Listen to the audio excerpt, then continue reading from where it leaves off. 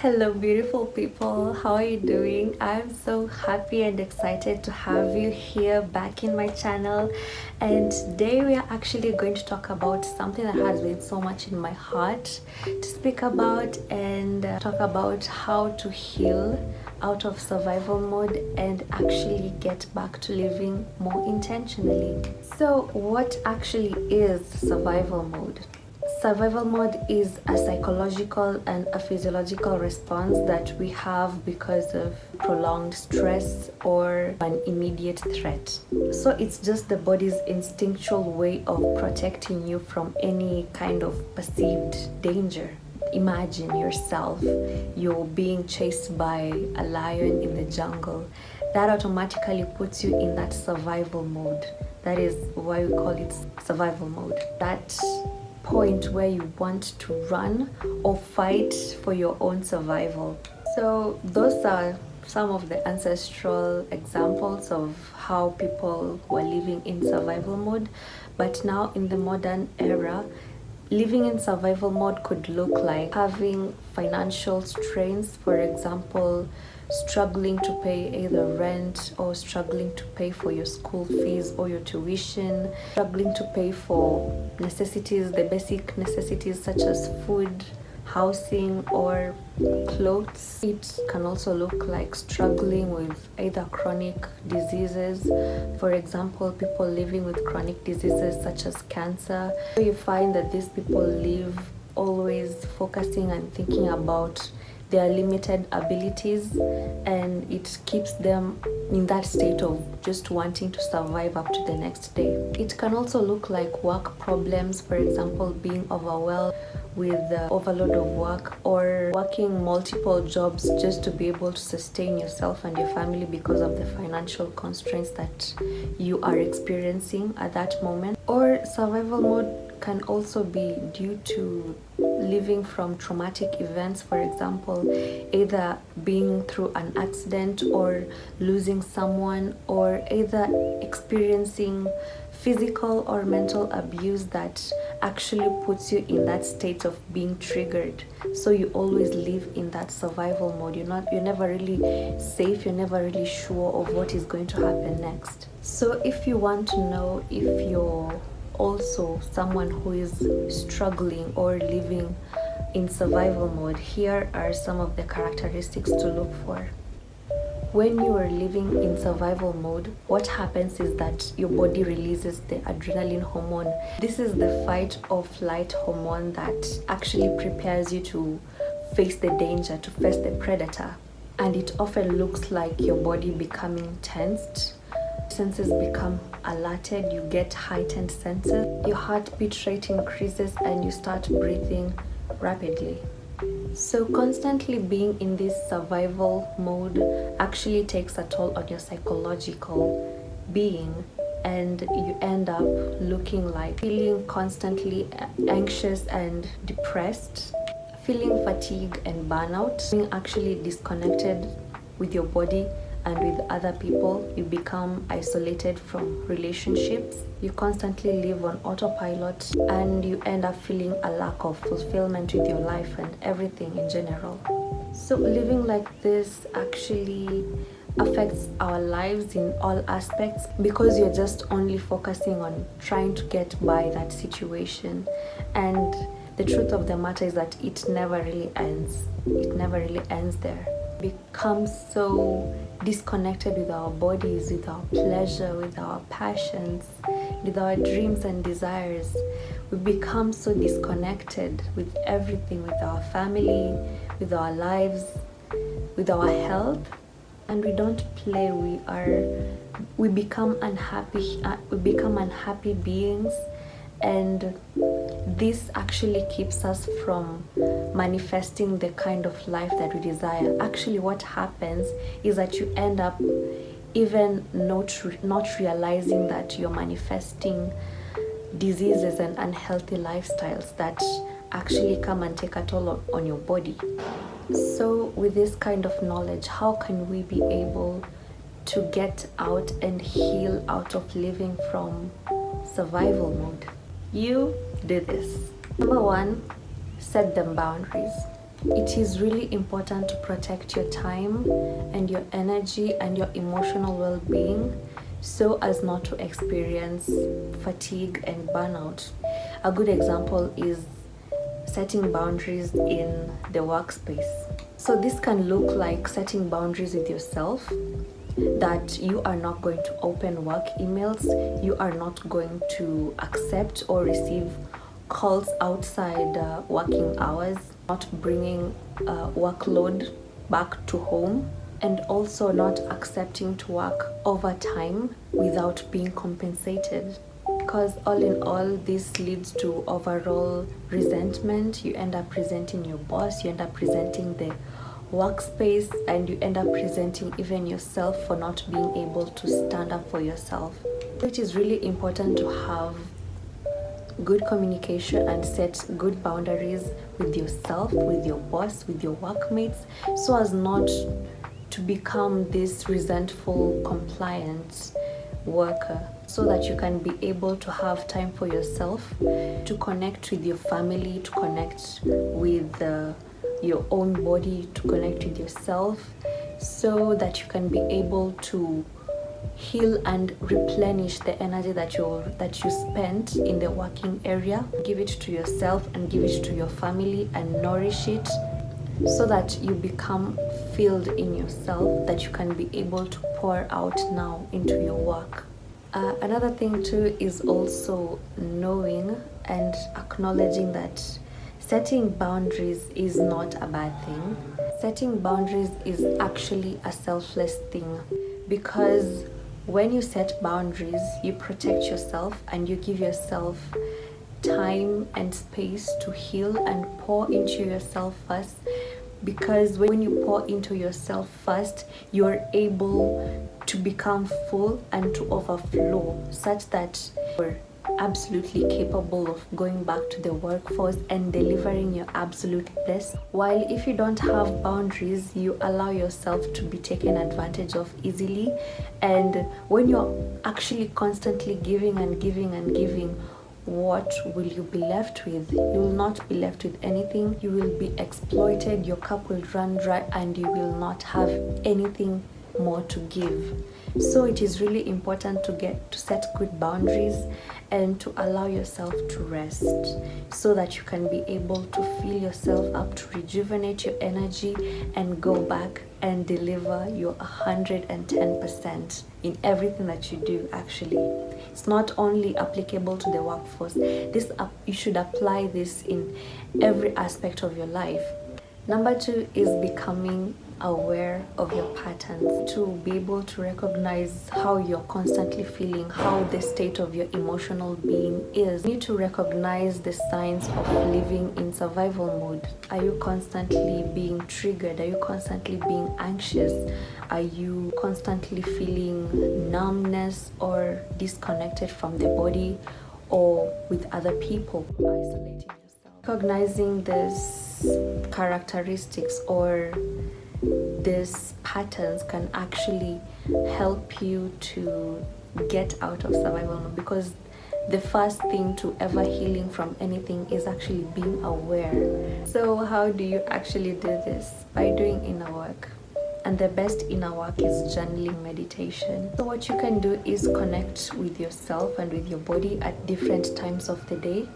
You could have a journal where you take it wherever with you, and whenever you're feeling a bit overwhelmed, just get yourself out of that state, sit with your book and do what is called guided meditation. You can either listen to guided meditation or you can actually journal it down. You can journal what you're feeling at that moment. You need to ask yourself, you need to constantly ask yourself how you're feeling. A good example is to always ask yourself, what is the state of my emotional being at this moment? And when you journal it down, you're actually healing. You're healing your body. You're releasing the tension. You're releasing everything from your body out through your hands. So when you're doing this, you are practicing mindfulness. You're practicing being aware and being at the moment and being connected with your body. and this actually helps you release a lot of tension and trauma that you didn't know it was stored in your body physically. And when you do this, you allow yourself to release and to become less reactive, because you've come to realize how you react to patterns. You've come to become aware of what your triggers are, and instead of reacting, you just lean back and watch and observe. So the key thing here is to do a lot of inner work on a daily basis and to become aware, so that you can be able to get out and heal out of living in survival mode. 3 is clean out your social media. What content are you listening to? You know, in the world that we're living right now, there's a lot of negativity being spread out on social media. Well, it could not be social media, it could be the people that you're associating with. It could be your family, it could be your friends, it could be the workplace. And all of this negativity, they always sort of get inside our bodies, and the subconscious mind does not know how to filter what is good or what is bad. It just takes in all the content, all the information, and it always in the end forms your reality. It forms how you're going to perceive people, how you're going to perceive things, and the like. So the social media is one of the biggest avenue where we go to seek for information, and therefore it is really important for you to recognize the kind of content that you allow inside your brain.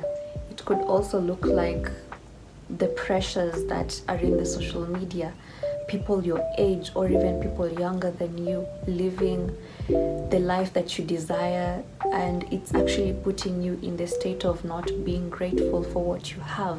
It can look like the kind of music you listen to. Is it full of negativity? Is it full of people talking about cheating and guns and stealing and all those negative things? Is it talking about how people are evil, how men are bad, how women are the B word? And it even makes you question your life decisions. Why do they have? Why don't I have? It even puts you in that state of pressure to actually do things that you would not do with your own integrity, so as to get that kind of lifestyle. It would also look like unfollowing and decluttering the kinds of people, for example, people whose body make you feel insecure about your own body.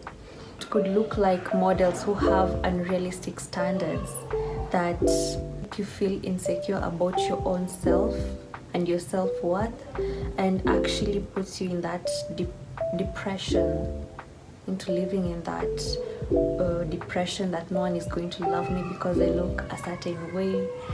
All of this is just external pressure that you need to declutter from. So what you need to do is clean out your social media. Clean out the music that you listen to. You need to clean out the movies that you watch.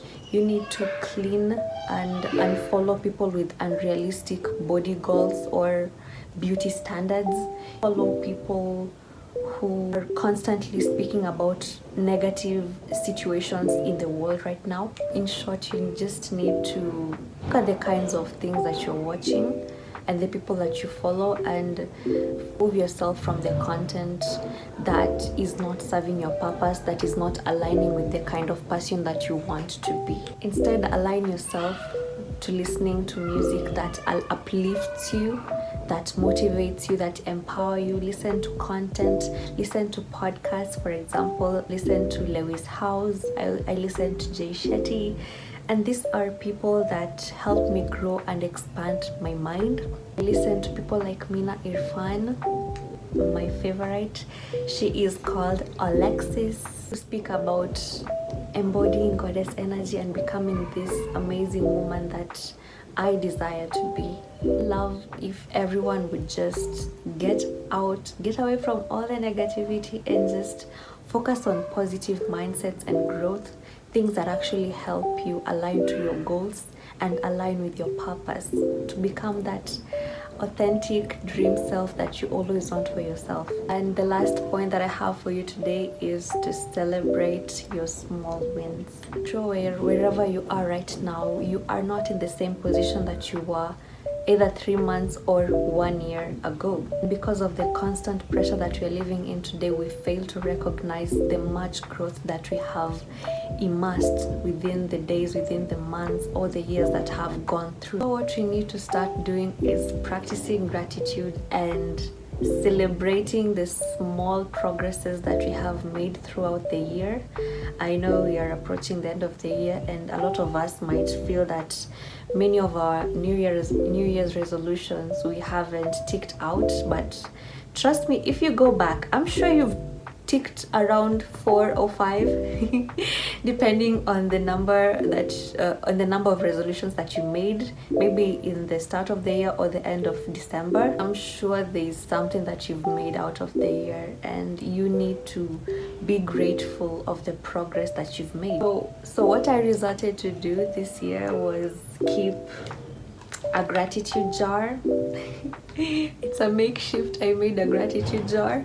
So what I did here was I celebrated everything that made me feel happy, however small it was, however, just anything that made me happy, anything that made me feel achieved. It could be meeting someone, it could be buying something for myself, it could be getting some amount of money, it could be just anything. And oh my god, it has been the best year of my life.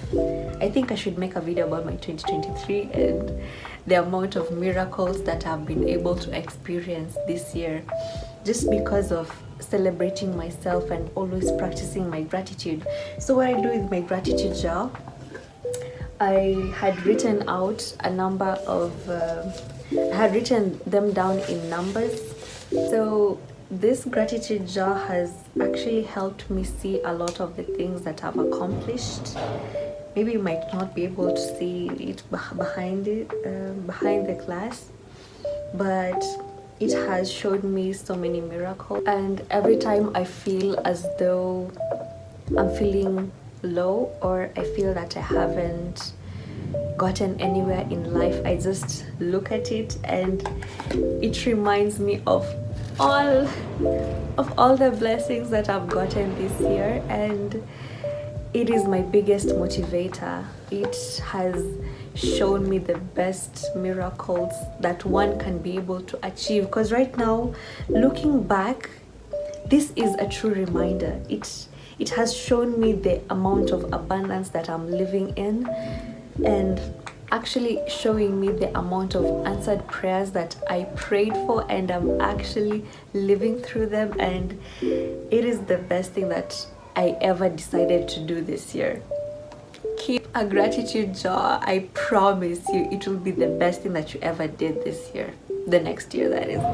Another thing too is also having a gratitude journal. It is really important to say your thank you to God, to the universe, because whenever you're grateful, things are just always added to you, and it keeps you in that subconscious mindset that I'm always receiving.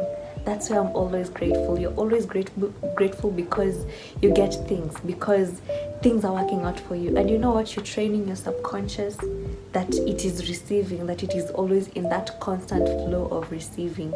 And when you're in that constant flow of receiving, you're always inspired to be grateful. So I am asking you today, keep a gratitude jar and always write in your journal the things that you're grateful for. Talk about your house. Become grateful for your house. Become grateful for your furniture. Become grateful for your phone. Become grateful for your charger, the electricity, that you're able to pay for your bills that day or that month, that you're able to eat the food that you have in your plate. Just be grateful about everything, and trust me, whenever you are grateful, the more that you receive. And I promise I'm a living testimony to that. I promise. From my gratitude jar and my gratitude journal, these things have shown me miracle this year. I promise you. Okay, as I finish this video, I just want to tell you that you can always heal out from anything that you're going through. You can always heal out of survival mode. And when you keep on doing inner work, when you keep on investing in yourself, investing in purifying your body, in releasing trauma, in releasing past emotional blocks that keep you from actually becoming that person that you truly desire to be in life, you're actually inspiring so many people, and you are always a work in progress. And just remember that anything you're going through, when you get to decide that you are no longer being available to the things that want to hurt you, you're no longer available to traumas and living in survival mode, you actually get to activate that divine energy in yourself that makes you become a person who is authentic and real, and it helps you to actually live intentionally. And when you live intentionally, you become that girl. Because let's just be honest, always work to improve your emotional being, always improve on becoming that girl. Always have that desire to live intentionally, to live authentically, to become your truest, most divine, authentic self. And it is available for you. It is available to you. And it is only available through doing inner work, investing in yourself, investing in your emotional self, releasing trauma, releasing blocked emotions, and just knowing that your desired self is here. It is available. You have seen it and you have felt it, you have desired it, and know that it is available for you. To recap on how you can get out of survival mode, and number one is setting them boundaries. Set boundaries with your workplace, with your family, with everyone, so that you can be able to pour into yourself, so that you can rest and pour into yourself, so that you can become overfilled from within, that you can be able to go out and give out. Two is becoming aware of yourself and your patterns. By doing inner work, journaling and meditation, you can become aware of the patterns that you're exuding that day. You become aware of the state of your emotional being, and then you become less reactive, less responsive, and more observing. Number three is cleaning out your social media, unfollowing and decluttering, and removing yourself from listening to content that are negative and do not align with your true purpose or with your dream self. And lastly is celebrating your small wins. Have a gratitude jar which you're going to open at the end of the year. Have a 365-day gratitude jar from the beginning of the year, or maybe you could be listening to this video either in June, but it's very good to start at the moment that you've heard about this. It will be the best thing that will ever happen to you, and it will always keep you in that constant track of gratitude. It will always motivate you to remember the kinds of prayers that you prayed for and that you're living at the moment, and it is the best reminder of the many good things that are happening in your life. You could not be having everything that you want, but this just actually goes to show how amazing you are. So keep a gratitude journal and keep a gratitude jar, and always celebrate yourself. Oh, another thing too I forgot to add is to practice gratitude. I always buy myself a monthly present.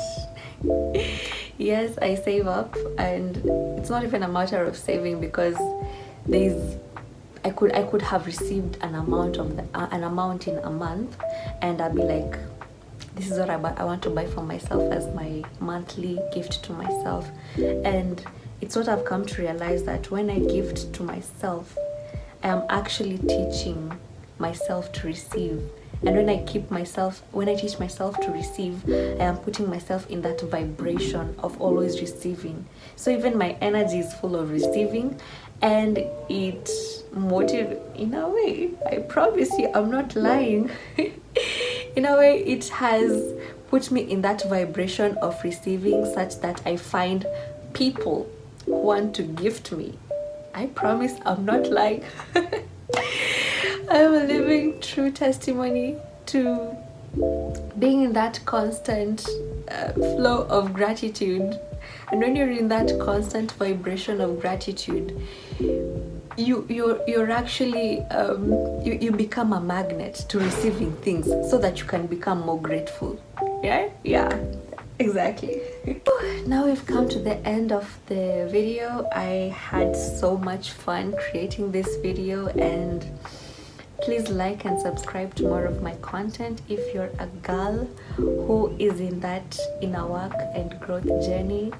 This is the channel for you, and I hope you learn and you grow with me, and know that every desire that you have, it is available for you to receive it. It is there. Do the inner work to be able to become that energetic match to receive that dream self that you want for yourself. It is available, and I am wishing you all of the best, all of the very best in this world. I love you, and I'll see you in the next video. Bye.